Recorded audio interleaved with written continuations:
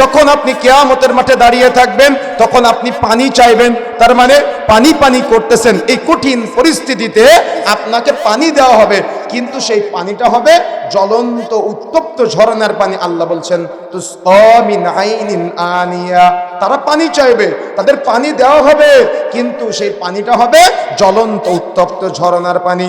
লাইসা লাহুম তুআমুন ইল্লা মিন দারি', তাদেরকে যে পানি দেওয়া হবে এই পানি পাওয়ার পরে তারা খাদ্য খেতে চাইবে, প্রচন্ড ক্ষুধা, কঠিন ক্ষুধার মধ্যে যখন তারা খাবার চাইবে তখন তাদের খাবার দেওয়া হবে, কিন্তু সে খাবারটা হবে দারি'।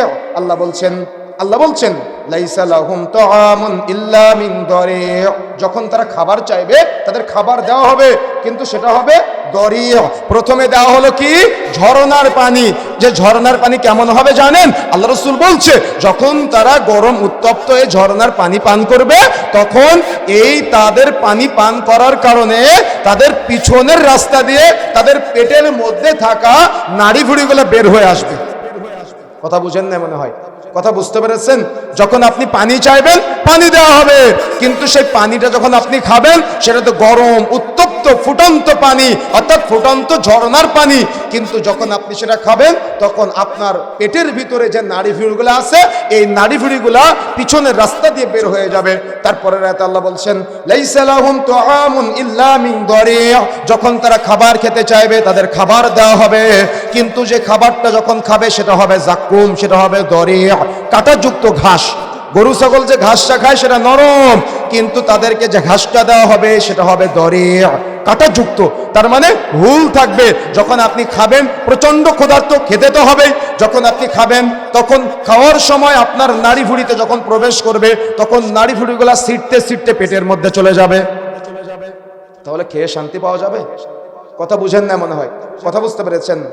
লা ইউসমিনু ওয়ালা ইউগনি মিন জু', আল্লাহ বলছেন লা ইউসমিনু ওয়ালা ইউগনি মিন জু', এটা অর্থাৎ এই দরিয়াটা এমন খাবার বা এই ফুটন্ত উত্তপ্ত ঝরনার পানিটা এমন পানীয় যেটা আপনি খাবেন কিন্তু আপনার শরীর মোটা তাজা করবে না, আবার আপনার শরীরে পুষ্টি সমৃদ্ধও করবে না। কথা বুঝেন না মনে হয়? শরীর মোটা তাজাও করে আপনি ফল খান কেন?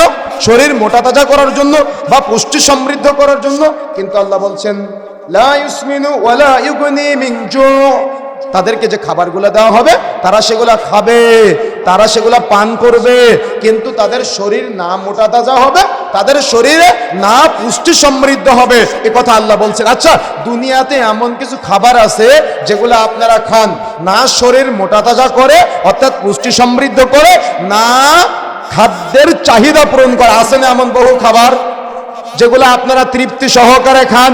যদি উদাহরণ দিই তাহলে বুঝতে পারবেন। যখন আপনি একটা সিগারেট কিনতে যান তখন যাওয়ার সময় ওর খলপার গায়ে লেখা থাকে এটা ক্যান্সারের কারণ, এটা মৃত্যুর কারণ, কিন্তু তারপরেও আপনি খান, তাই না?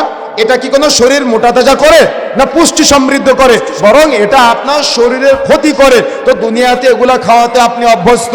এজন্য আল্লাহ সুবহানাহু ওয়া তাআলা কিয়ামতের মাঠে যখন আপনি পানি চাইবেন তখন আল্লাহ বলছেন লাইসা লাহুম তুআমুন ইল্লা মিন দারি', তাদেরকে সব দেওয়া হবে, পানীয় দেওয়া হবে, খাদ্য দেওয়া হবে, কিন্তু সেগুলা তাদের শরীরে পুষ্টি সমৃদ্ধ করবে না, মোটা তাজা করবে না।